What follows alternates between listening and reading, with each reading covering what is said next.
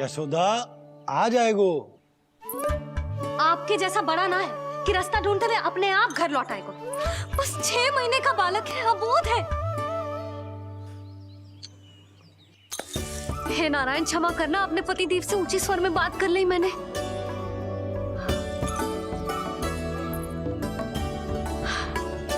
किसी को भी बुद्धि ना है पूरे गोकुल में कि नंद जी का बालक खो गयो है, सुबह सुबह घर से भाग गयो है। किसी को ना पड़ी है कि उसे ढूंढे लेकर आए। यही सम्मान देते हैं वे गोकुल के राजा को। हे भगवान, ना जाने मेरा बच्चा कहाँ होगो, कैसा होगो। कितना समय होगा है? अब तक तो भूख भी लगी आई होगी उसे।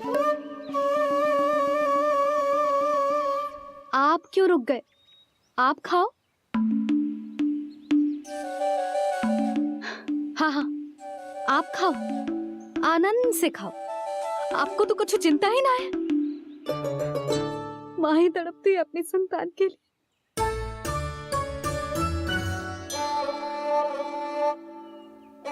अब क्या खाली पेट काम पे जानो है? क्या कहेंगे सब कि यशोदा अपने पति को भूखा रखे? ना ना, आप खाओ, खाओ ना।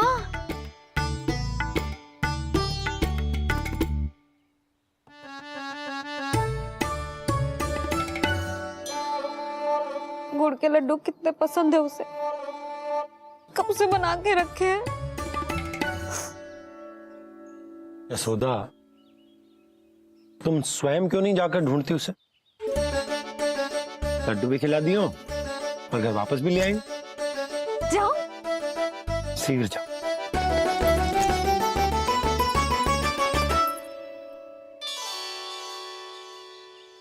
किंतु आप तो खाना खा रहे हो ना पति देव?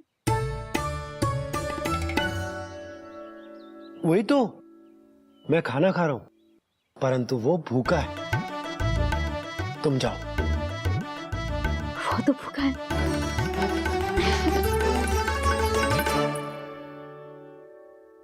ये बनेगी श्री हरि के अगले अवतार की माँ।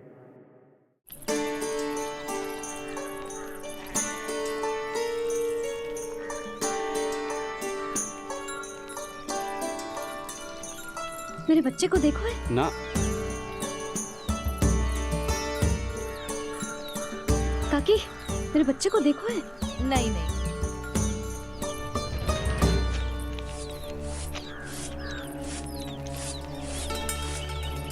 सुमति, मेरे बच्चे को देखो है क्या कहीं? नहीं तो। ना देखो। जानकी, प्रभावती, मेरे बच्चे को देखो है कहीं?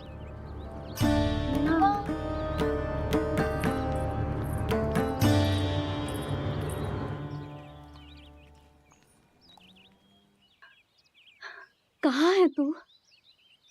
देख, तेरी मैया कितनी चिंतित हो रही है, और तू है कि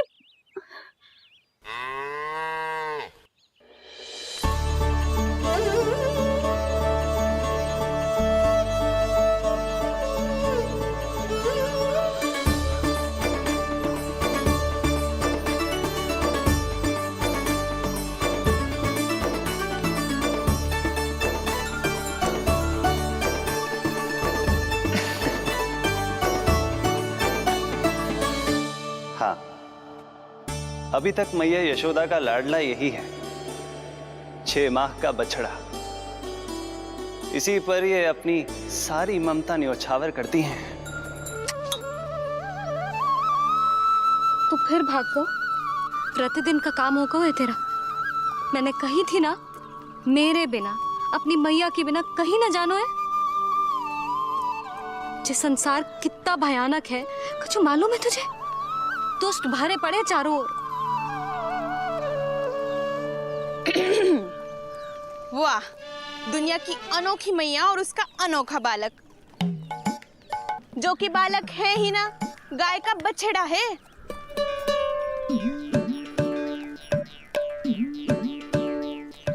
तो लक्षणा, तुम्हारी जे दशा कौन ने की? और कौन ने? जे तुम्हारे सपूत ने कूद फाड़ के मेरे पूरे बगीचे का सत्यानाश कर दो है। मेरा रामू ऐसा कर ही ना सकता। जे क्यों आएगा तुम्हारे बगीचे में? रंग बिरंगे फूलों के लिए। फूलों के लिए? हाँ, जीप लपलपाती है इसकी मेरे फूलों के लिए। सुबह सुबह भाग के आ जाता है इन्हें खाने के लिए। फूल खाने? सुलक्षणा, तुम्हें कछु वहम हुआ है। जे मेरा रामू है, जे फूल वूल क्यों खाएगो भला? अच्छा, तो फिर आप ही इसका मुंह खोलो और स्वयं देख लियो। हाँ तो ठीक है, असत्य के पैर ना होते जो अभी सिद्ध हो जाएगा। रामू, मुंह खोल के दिखा। मैया की कहीं मानते हैं ना? मुंह खोल। रामू, सुलक्षणा चाची को दिखा दे कि तूने उनके फूल ना खाए। चल मुंह खोल, मुंह खोल।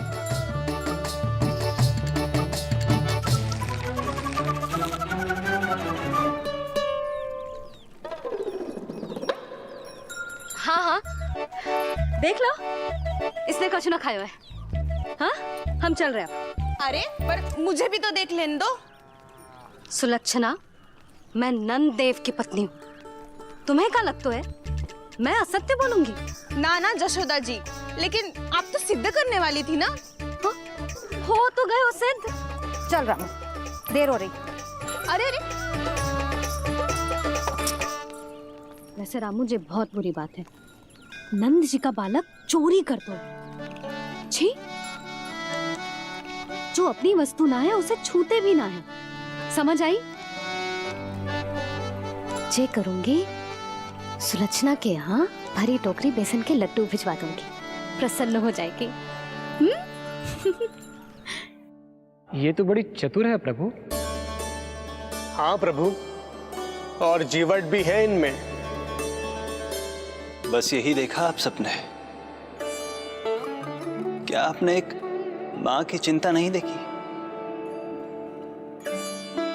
प्रत्येक मूल्य पर अपनी संतान की रक्षा करने का स्वभाव नहीं देखा? या फिर असत्य भाषण करने पर अपनी भूल सुधारने की व्यग्रता नहीं देखी? कोई बात नहीं, मैं बताता हूं यशोदा क्या है। यशोदा पवित्रता की प्रतिमूर्ति है, विश्वास का आधार सुरक्षा की भावना है, ममता का मूर्त रूप है वो, वात्सल्य की गंगा है, भावनाओं का बहता हुआ निर्झर है। यशोदा अपने आप में परिपूर्ण है। यशोदा मां है। प्रभु, मां यशोदा निश्चित ही अद्भुत है। जिनके यहाँ आप पुत्र बनकर जाना चाहते हैं, उन्हें तो असाधारण होना ही है। किंतु प्रभु, आपके दिए हुए वचन के अनुसार आपको देवी देवकी का पुत्र बनकर जाना है, तो फिर आप एक ही जन्म में दोनों माताओं के पुत्र कैसे बन सकते हैं? आपका प्रश्न उचित है इंद्रदेव। पूर्व काल में प्रजापति सुतप्पा और उनकी पत्नी प्रश्नी ने मेरी घोर तपस्या की थी। उनके आग्रह करने पर मैंने उन्हें वरदान दिया था कि जब वो देवकी और वसुदेव के रूप में पृथ्वी पर आएंगे, तब मैं उनका अष्टम पुत्र कृष्ण बनकर जन्म लूंगा। पर मैया यशोदा के वात्सल्य प्रेम ने मुझे दुविधा में डाल दिया, क्योंकि वो भी तो पिछले जन्म से ही है ना। पिछले जन्म से?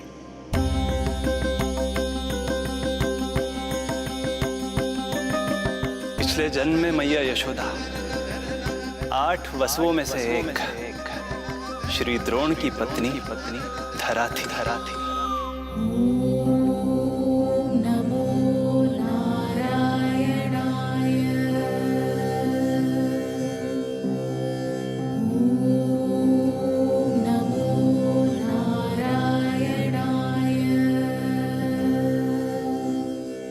दोनों सहस्त्रों वर्षों तक निरंतर मुझे पुत्र रूप में पाने की मनोकामना के साथ घोर तपस्या करते रहे।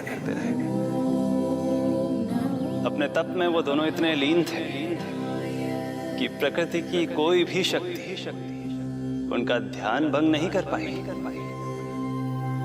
किंतु फिर एक दिन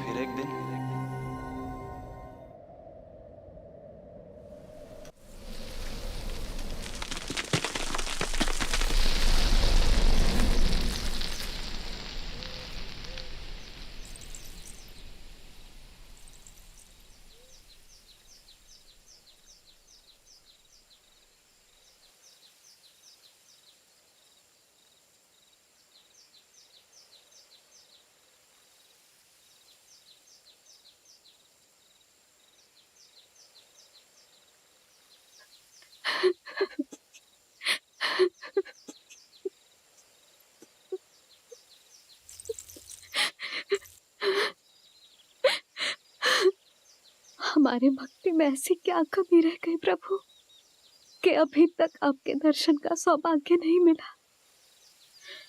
अब तो सैकड़ों वर्ष बीत गए हैं आपका सुमिरन करते हुए।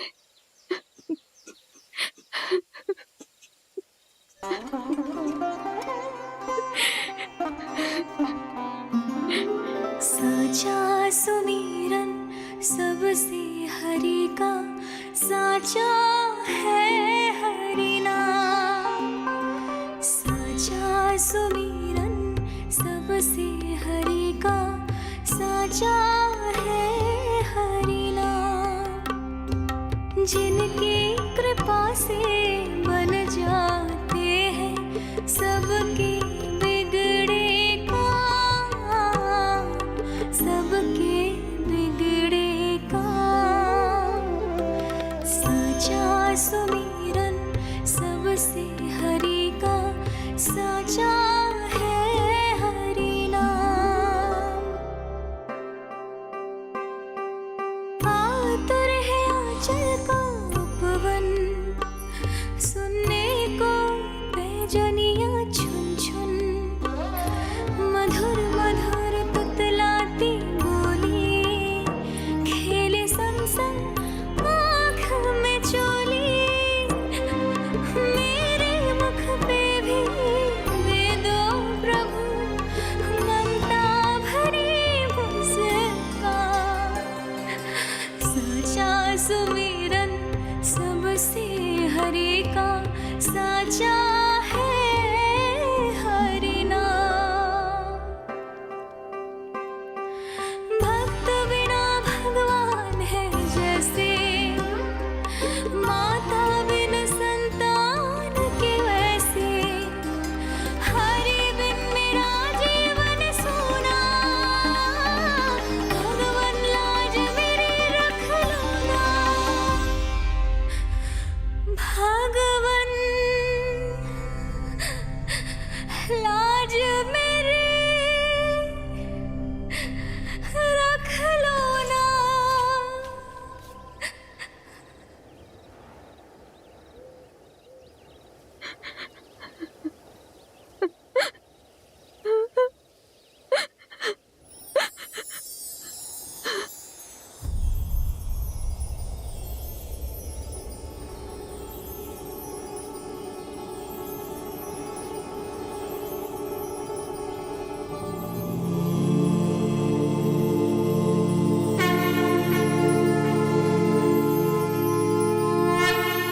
शङ्खचक्रं सकिरीटकुण्डलं सपीतवस्त्रं सरसीरुहेक्षणम् सहारवक्षस्थलशोभितौस्तुभम् नमामि विष्णुं शिरसा चतुर्भुजम्।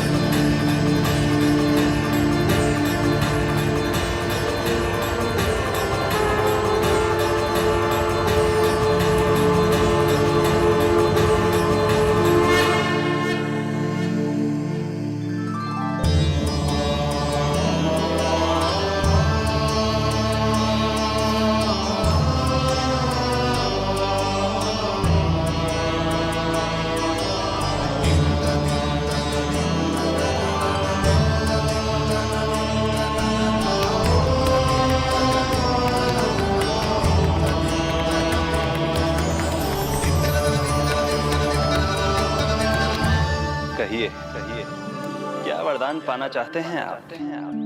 प्रभु, हम आपकी सेवा करना चाहते हैं, परंतु भक्त की भांति नहीं, अभी तो माता पिता के समान। आपका एक पुत्र के रूप में पालन पोषण करें। आप हमें माँ पिता के भांति प्रेम दें और हम आप पर अपनी ममता न्योछावर कर सकें। बस इतनी ही इच्छा है प्रभु। आपकी इच्छा पूर्ण होगी। मैं आपकी संतान के रूप में अवश्य आऊंगा, किंतु उसके लिए आपको मेरे अगले अवतार के बाद एक और अवतार की प्रतीक्षा करनी होगी, क्योंकि अगले जन्म के लिए मैं पहले ही ये वरदान माता देवकी को दे चुका हूं। प्रभु, किसी भी जन्म में आपको अपने पुत्र के रूप में पाना मेरा सौभाग्य होगा, किंतु मेरी ममता मेरे वश में नहीं है प्रभु। आप साक्षात मेरे सामने खड़े हैं, किंतु मेरे नेत्र आपके इस दिव्य चतुर्भुज रूप को नहीं देख पा रहे। इन्हें तो आप अभी से बाल रूप में दिखाई दे रहे हैं। मेरे भीतर उमड़ती ममता की ज्वार का अनुभव कीजिए प्रभु।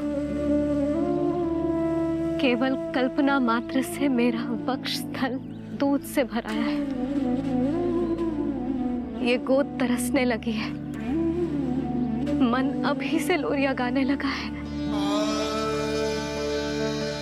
मेरे इस अनुरोध को स्वीकार कीजिए प्रभु, कृपा करें। इस माँ से और प्रतीक्षा ना करवाए प्रभु, और प्रतीक्षा ना करवाए। उस पल माता धरा की ममता भरी भक्ति और प्रेम भाव को देखकर मेरे मुख से भी वो शब्द निकल ही पड़ा जिसे एक बच्चा पहली बार बोलना सीखता है, माँ।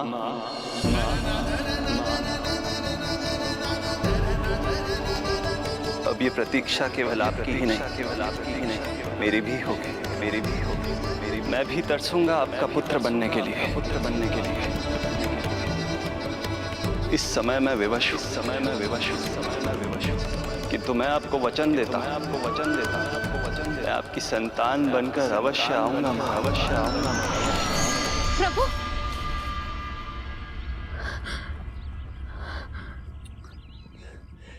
धरा, भगवान ने हमारी पुकार सुन ली।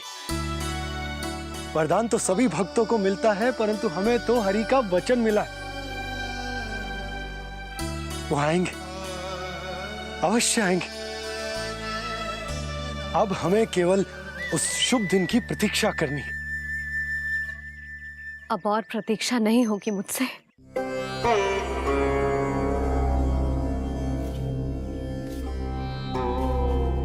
हमने सहस्त्रों वर्षों तक तपस्या की, ये समझ लो कि वो तपस्या अभी शेष नहीं। श्री हरि को अपने सामने देखकर मेरी व्याकुलता का बांध टूट गया है। 2 जन्म बहुत बड़ा समय होता है स्वामी। अपने पुत्र के रूप में हरि को गोद में खिलाने के लिए अब मैं और 2 जन्मों तक प्रतीक्षा नहीं कर सकती।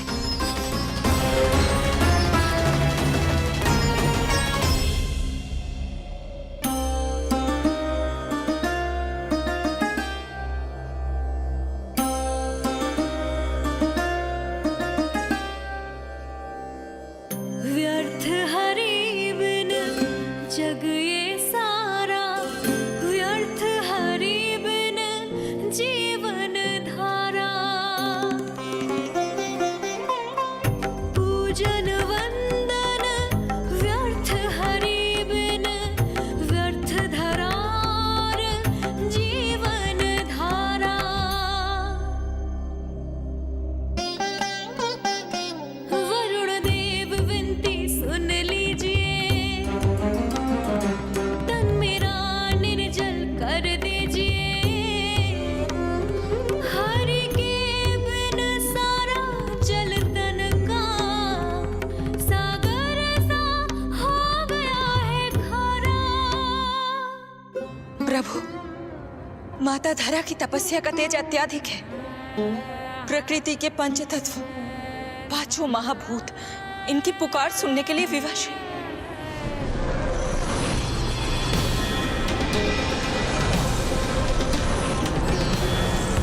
धरा, प्रिय ये क्या कर रही हो? रुक जाओ। जठराग्नि सब दूर ये कर दो, अग्नि देव मेरे ताप को हर लो। माता जो वंचित ममता से, जग में नहीं उसको कुछ प्यारा। पूजन वंदन व्यर्थ हरि बिन, व्यर्थ धरार जीवन धारा। प्रभु, यदि अग्निदेव अपना अग्नि तत्व वापस ले लेंगे तो इनकी पाचन शक्ति नष्ट हो जाएगी और जीवित रहने के लिए शारीरिक तापमान भी अति आवश्यक होता है। यदि वही विलुप्त हो गया तो धरा, तुम्हें मेरी सौगंध मत करो ये। हे भूमाता आकृति दाता, मिथ्या है ये माटी का ढांचा। माटी मुक्त करो इस तन से, जब ना मिला हरि का सहारा। प्रभु, भू तत्व ही तन को भार देता है, उसके बिना ये तो पूरी तरह से ढह जाएंगी। धरा, धरा, ये क्या हो गया? बस करो अब। प्रभु, कुछ कीजिए। मैं संसार का संचालक हूं देवी। नियमों का पालन करने के लिए मैं भी बाध्य हूं। जो वचन मैं पहले ही माता देवकी को दे चुका हूं, यदि मैं चाहूं तो भी उसे तोड़ नहीं सकता।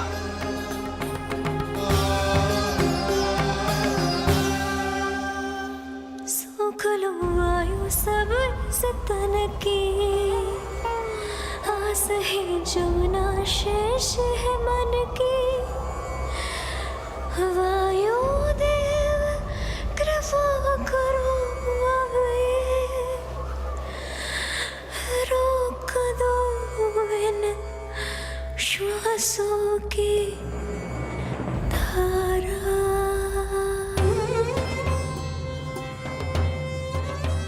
प्रभु, प्राण वायु के बिना प्राणों का बचना संभव नहीं।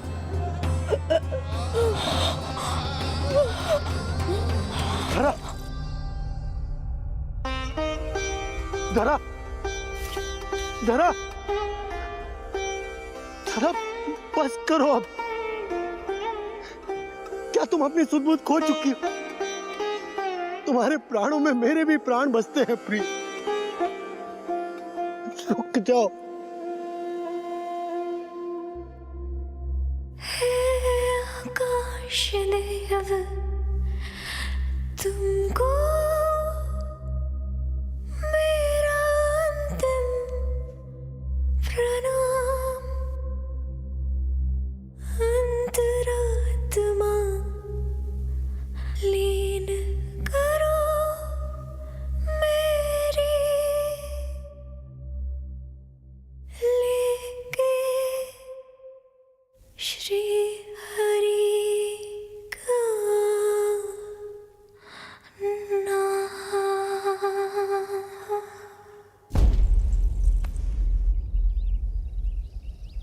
धरा, धरा, धरा, ये क्या कर लिया तुमने? धरा, कोई है, कोई है, सहायता कीजिए। धरा, जल। धरा, तुम चिंता मत करना, मैं यही हूं। मैं 2 क्षण में जल लेकर आता हूं।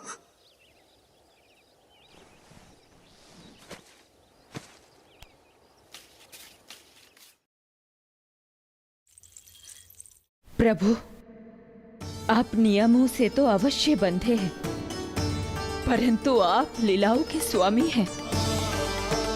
कोई तो उपाय निकालिए। आपने इन्हें माँ कहकर पुकारा है। माँ की प्राण रक्षा पुत्र नहीं करेगा तो और कौन करेगा?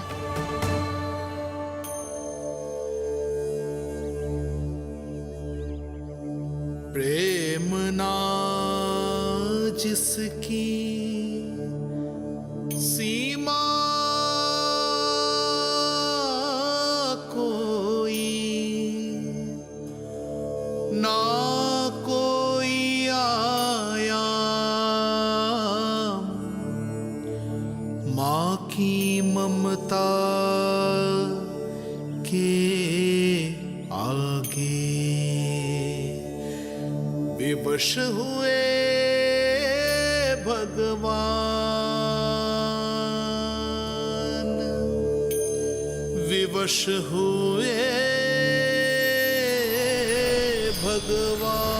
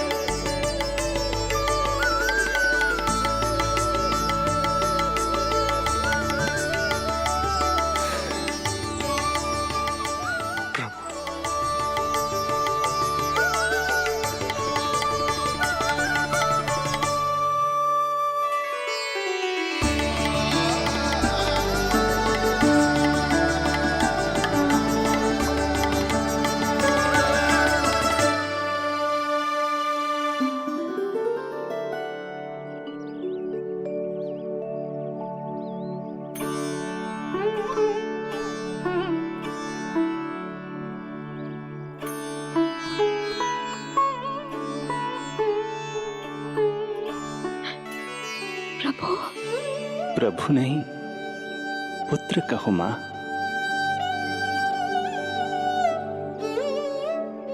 पुत्र, मेरा पुत्र, मेरा पुत्र।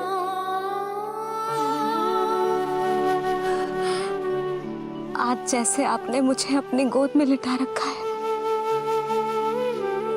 क्या कुछ ऐसा नहीं हो सकता कि शीघ्र ही मुझे आपको अपनी गोद में खिलाने का अवसर मिल जाए?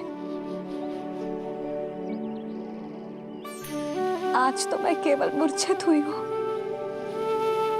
किंतु शीघ्र ही यदि मुझे आप पुत्र रूप में ना मिले तो मेरे प्राण चले जाएंगे। ऐसा ना कहो मां।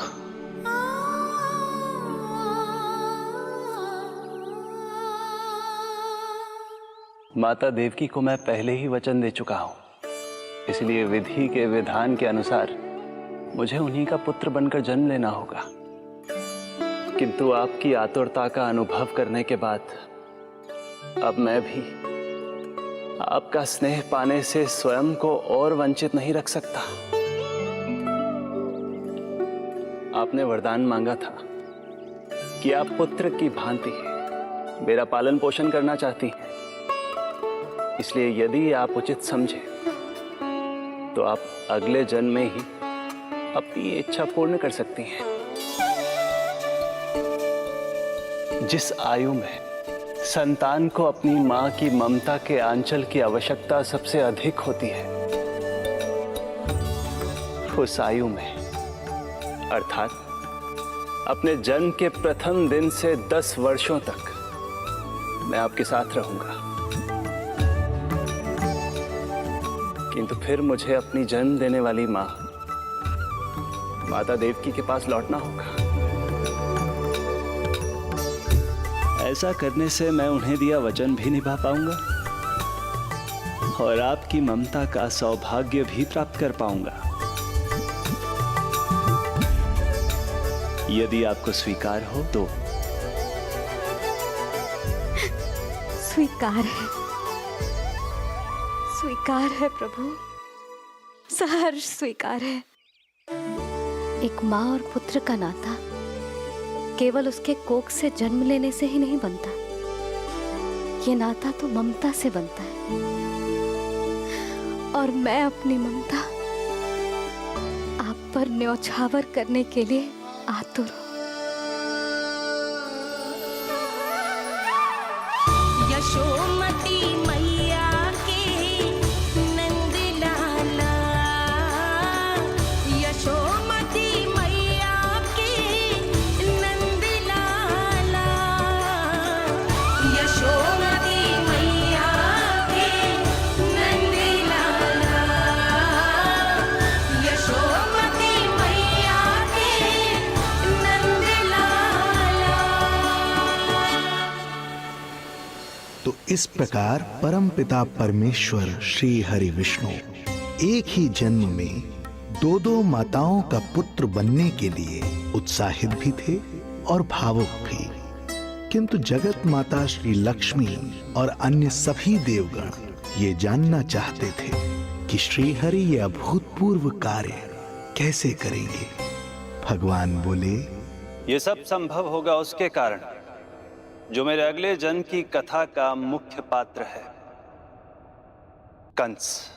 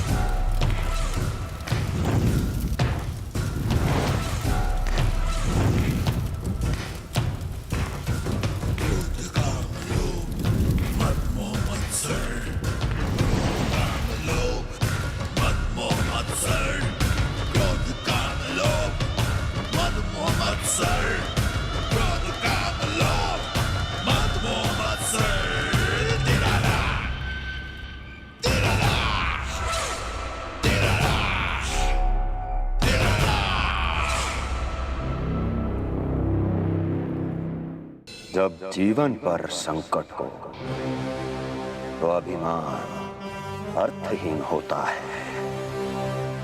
जब प्राणों पर बनाए तो सम्मान स्वाभिमान सब निरर्थक होता है। इन व्यर्थ के मूल्यों को बीच में मत आने दो। और दया उसे तो बिल्कुल नहीं। मार डालो साधु संत ऋषि मुनि स्त्री वृद्ध, चाहे वो नवजात शिशु ही क्यों ना हो। किंतु हाँ, यदि शत्रु भारी पड़ने लगे, पराजय सामने दिखाई देने लगे, तो उसी क्षण शत्रु के पैर पकड़ लो और अपने प्राणों की भिक्षा मांग लो। अहंकार को आड़े मत आने दो।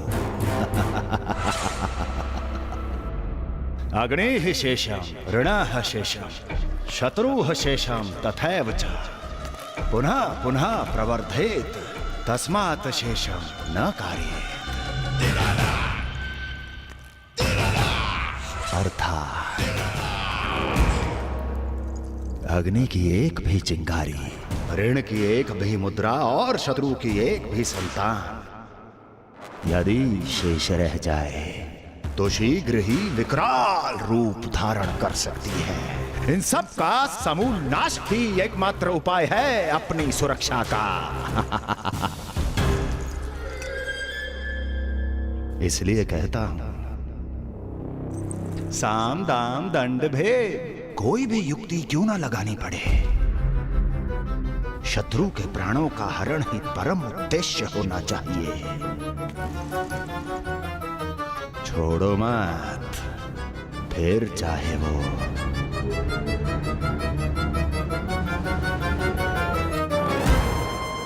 विष्णु ही क्यों ना हो।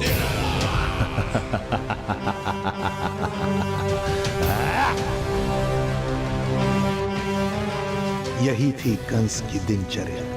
वो प्रतिदिन स्वयं को स्मरण कराता था कि स्वार्थ के लिए किसी भी सीमा को तोड़ने में कुछ अनुचित नहीं है।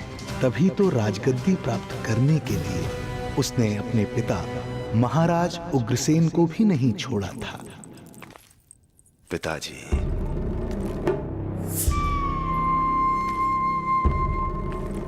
हो सके तो मुझे क्षमा कर दीजिएगा।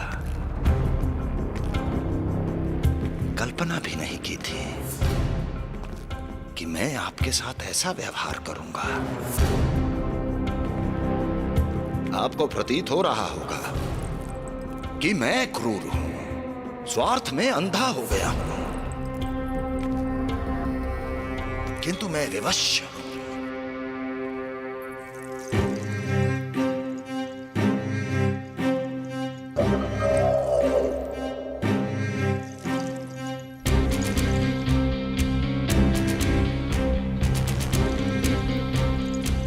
आज से सत्ता का ये भार अब मुझे उठाना पड़ेगा पिताजी,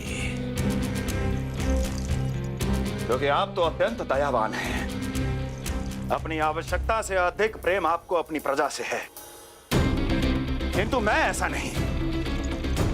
मैं अपने शत्रुओं का काल हूं, तभी तो मेरे प्रति दुर्भावना रखने वाले मेरे सम्मुख आने से पहले थर थर कांपते हैं। इसलिए मथुरा का राज सिंहासन मेरे साथ अधिक सुरक्षित रहेगा, क्योंकि मैं आपसे अधिक उपयुक्त हूं पिताजी। मेरा विश्वास कीजिए। हृदय पर गोवर्धन पर्वत रखकर मुझे यह निर्णय लेना पड़ रहा है पिताजी।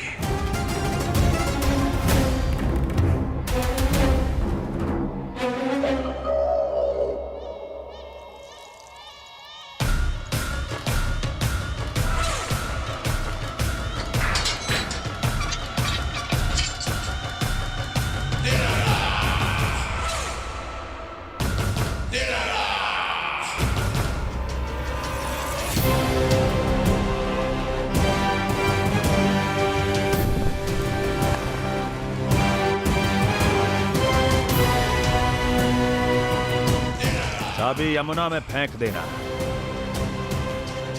कोई कितना भी क्रूर, कठोर राक्षस ही क्यों ना हो, किसी न किसी के लिए उसके हृदय में भी प्रेम उपजता ही है। कंस भी इस नियम का अपवाद नहीं था।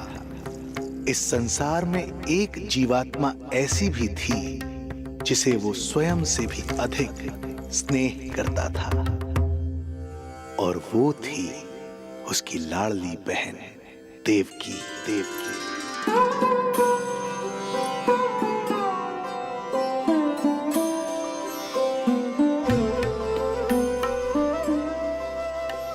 देवकी के लिए कंस एक राजा नहीं, मात्र भाई था, जो अपनी बहन की छोटी सी मुस्कुराहट के लिए आकाश पाताल एक कर सकता था।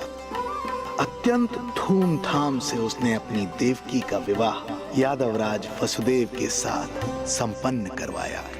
रुको।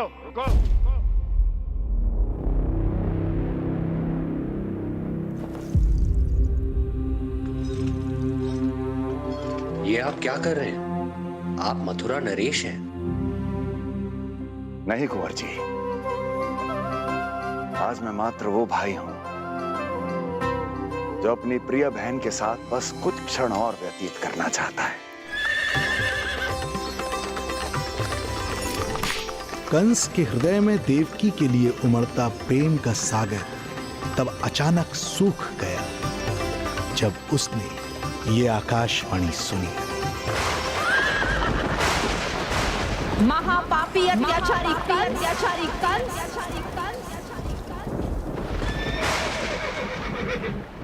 जिस देवकी को तू इतने प्रेम से ससुराल ले जा रहा है वही तेरे अंत में सहायक होगी। तेरा काल तेरी प्रिय बहन के गर्भ से उसकी 8वीं संतान बनकर जन्म लेगा और तेरा विनाश करेगा।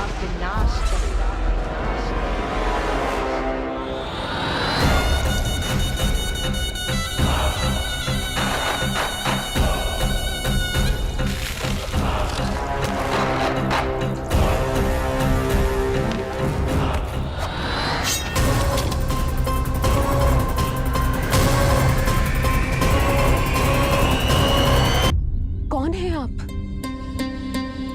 मुझे आपसे भय लग रहा है। आप मेरे भैया नहीं हो सकते। सही कहा तूने। जो मेरे विनाश को जन्म दे उस कुल घातिनी से मेरा कोई संबंध नहीं। महाराज, रक्त के संबंध क्रोध की अग्नि में मत झुलसाइए। जिस बहन को आपने बचपन से आज तक इतना प्रेम दिया, क्या वो आपके विरुद्ध किसी षड्यंत्र में सहायक हो सकती है? भला हमारी संतान आपका विनाश क्यों करेगी? अपनी नवविवाहित बहन पर कृपा कीजिए महाराज। अपने पुरुषार्थ से आपने कितने असुरों को युद्ध में पराजित किया है। आज वो सब दरबारी बनकर आपकी सेवा करते हैं। हे महापराक्रमी कंस, यदि वो मायावी असुर आपको हानि नहीं पहुंचा पाए तो ये आपकी बहन आपका क्या बिगाड़ सकती है? दया कीजिए महाराज, दया कीजिए। आप बीच में मत पड़िए कुंवर जी। सुना नहीं क्या? इसकी 8वीं संतान मेरा वध करेगी। जब मां ही नहीं बचेगी तो 8वीं संतान के जन्म का तो प्रश्न ही नहीं उठता।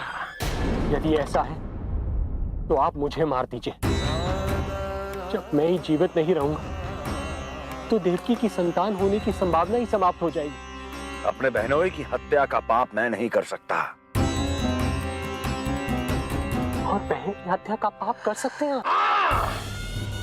जिसे जीवन भर प्रेम दिया है उसके प्राण लेने का अधिकार है मुझे। प्रिय भैया, यदि आपको इस विषय में इतना संदेह है तो आप हमारी 8वीं संतान के प्राण ले लीजिएगा। बल्कि 8वीं संतान ही क्यों, उसका जन्म होने तक हमारी सभी संतानों का वध आप स्वयं अपने हाथों से कर लीजिए। स्वामी, हे मथुराधिपति, मेरी पत्नी को प्राण दान दे दीजिए। मैं महाराज शूरसेन का पुत्र वसुदेव आपको वचन देता हूं, अपनी 8 संतानों को जन्म लेते ही स्वयं आपके सामने प्रस्तुत करूंगा। अपनी 8 संतानों को जन्म लेते ही स्वयं आपके सामने प्रस्तुत करूंगा।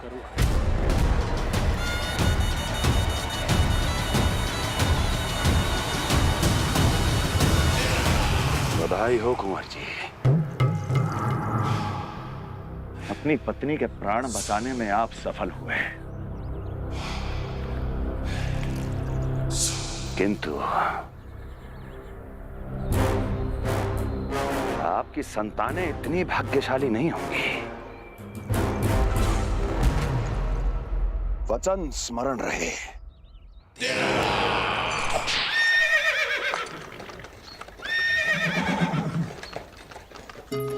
इस तरह रक्त की प्यासी कंस की तलवार की छाया में देवकी और वसुदेव का वैवाहिक जीवन प्रारंभ हुआ। जब कंस की निर्ममता और वसुदेव के वचन का ये दुखद समाचार गोकुल पहुंचा तो हे नारायण, अर्थात राजा वसुदेव यदि कंस के सामने गिड़गिड़ाते नहीं तो रानी देवकी के प्राण चले जाते। हाँ नंदराज, और अब वो दोनों कंस के महल में हैं, किंतु वो महल भी उनके लिए किसी बंदी गृह से कम नहीं है।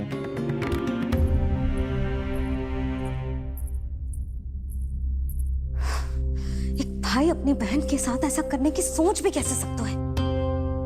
मेरा बस चले तो इस दुष्ट कंस को मटके में डाल के इसे घोंट के रख दूं, जैसे मलाई घोट के माखन निकाला जाता है।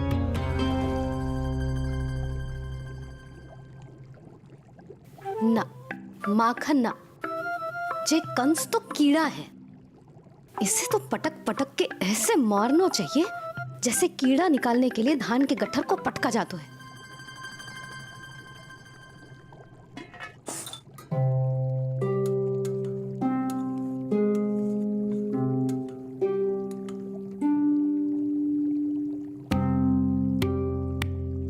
किंतु जब रोहिणी जिज्जी को पता चलेगा तो वो तो अपने आप को ही दोष देंगे, क्योंकि बालक ना होने के कारण उन्होंने ही वसुदेव जी को राजकुमारी देवकी के साथ दूसरा विवाह करने पर विवश किया था। हे ईश्वर, जिस सुख के लिए रोहिणी जिज्जी ने पत्नी जीवन का सबसे बड़ा त्याग किया था, जब उन्हें पता चलेगा कि वही सुख उस क्रूर कंस ने छीन के मटिया मेट कर दिया है, तो कितना कष्ट पहुंचेगा।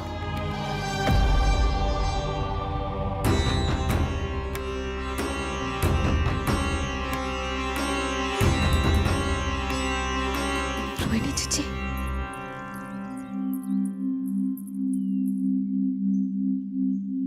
गोप नरेश, कृपया मुझे अपने भैया के पास ले चलिए।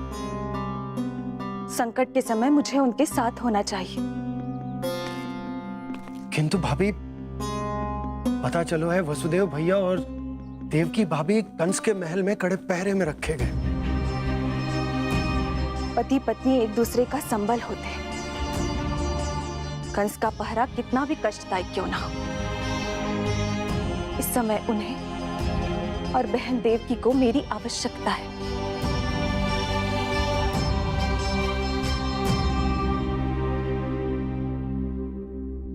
ये मेरी विवशता है। ये यादव कुलदीपक होकर भी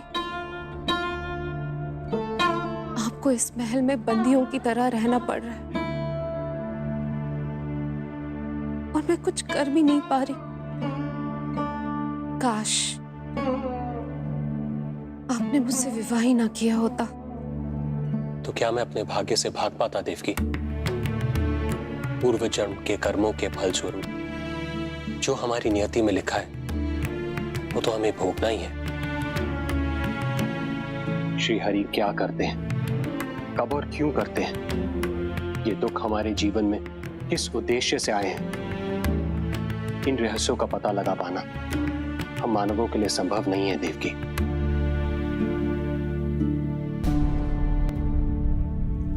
तो फिर चलिए यहां से भाग चलते हैं, कहीं ऐसे स्थान पर जहां भैया की छाया भी हम पर ना पड़ सके।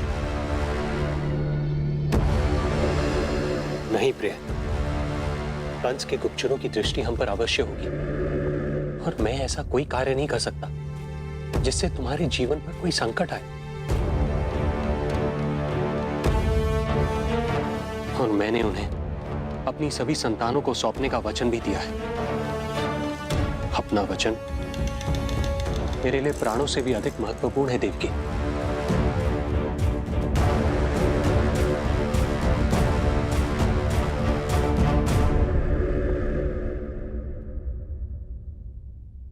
राजन, राजकुमारी, गोकुल से रानी रोहिणी और गोपराज नंद पधारे हैं।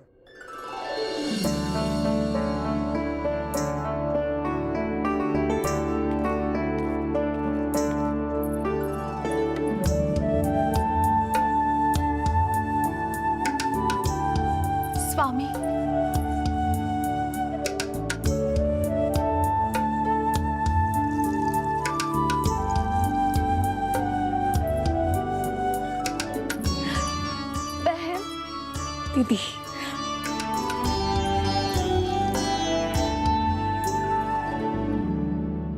भाई नंद, जो आप हमारे लिए कर रहे हैं उसके लिए धन्यवाद शब्द बहुत छोटा है। मैं अपने भाग्य को स्वीकार कर चुका हूं। यदि यही श्री नारायण की इच्छा है तो यही से।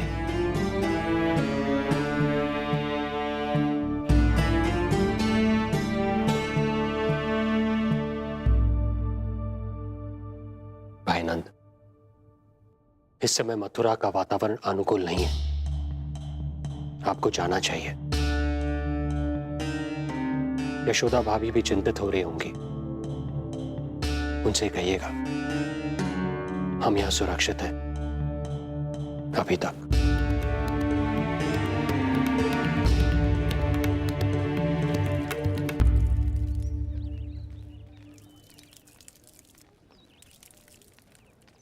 वसुदेव भैया का भाग्य पर भरोसा देख वे अपनी संतानों को कंस को अवश्य सौंपेंगे।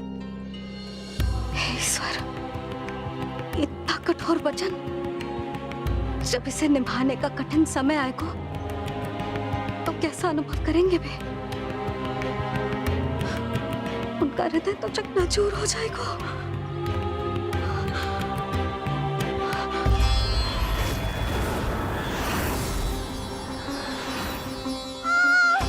सब्र करो, सब ठीक हो जाएगा।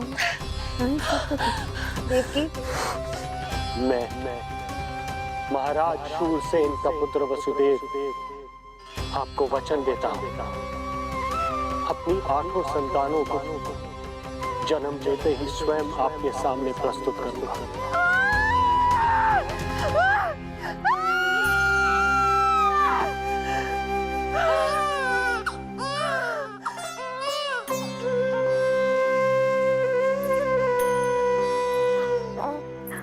बधाई हो स्वामी, आपको पुत्र रत्न प्राप्त हुआ है।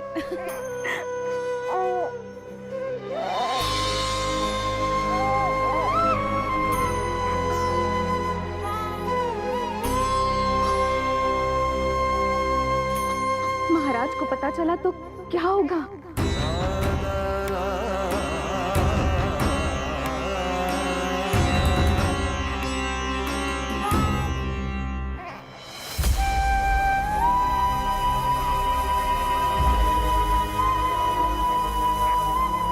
अपने पुत्र को इन हाथों में थामना। कितने वर्षों से इस पल की प्रतीक्षा कर रहा था मैं, और आज जब यह पल आया है, मेरी आंखों में दुख के आंसू हैं। एक पिता जब प्रथम बार अपनी संतान को गोद में उठाता है तो सबसे पहले यह सोचता है कि उसे क्या नाम दूं, उसका सुनहरा भविष्य कैसे सुनिश्चित करे। किंतु मैं वो भाग्यहीन पिता हूं जो अपने पुत्र का भविष्य मृत्यु के अंधकार में डुबोने जा रहा है। मैं इसे नाम देकर क्या करूंगा?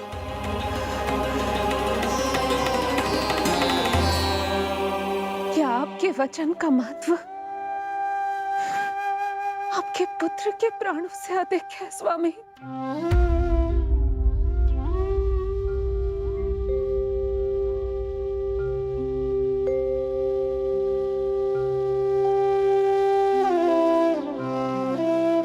श्री नारायण का दूसरा नाम सत्य होता है देवकी। तुम ही कहो, मैं श्री नारायण से विमुख कैसे हो जाऊं? मुझे अपना वचन निभाना ही होगा। हृदय के टुकड़े टुकड़े क्यों ना हो जाए, मुझे इसे कंस तक ले जाना ही होगा।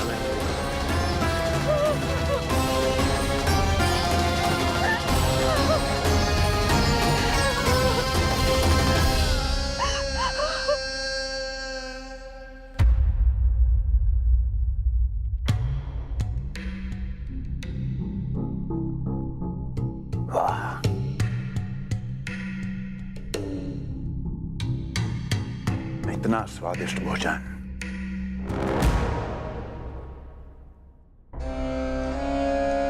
किसी विशेष इच्छा की पूर्ति के लिए मुझे सम्मोहित तो नहीं करना चाहती? मुझे पति के रूप में प्राप्त कर तो चुकी हो, अब प्राप्त करने को क्या क्या बचा है प्राप्ति? मैं प्राप्ति नहीं, अस्थि हूँ स्वामी। प्राप्ति तो छुई मुई बनकर वहां खड़ी है। आप सदैव अपने विषय में ही सोचते हैं, कभी मेरे ओर भी निहारा कीजिए, तभी तो मेरा नाम सही से स्मरण होगा आपको। मैं अपने विषय में ही सोचता हूं, तभी तो दसों दिशाओं में मेरे नाम का डंका बजता है, मेरे साम्राज्य का विस्तार होता है, तभी तो मेरा अस्तित्व है। अस्थि स्मरण रहे, तुम हो क्योंकि मैं हूं।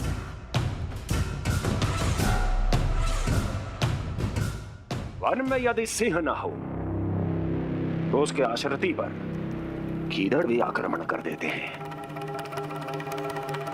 सिंह कभी अपने शत्रु को एक क्षण भी जीवित नहीं छोड़ता महाराज। आपने तो छोड़ दिया देवकी को। सिंह नहीं, आप वो गाय हैं जो अपनी कसाई से अथाह प्रेम करती है।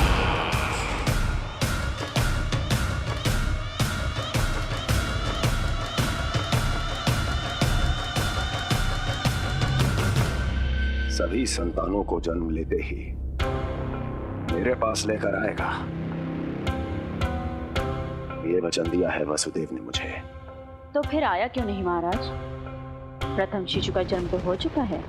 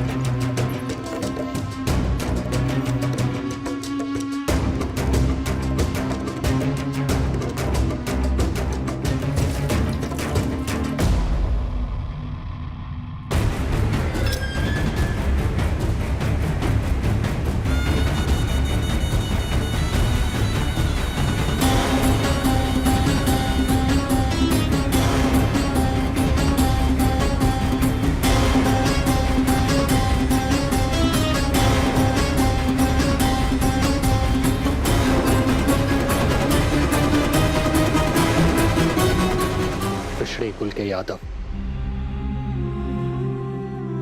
अपना वचन मिथ्या नहीं होने देते महाराज।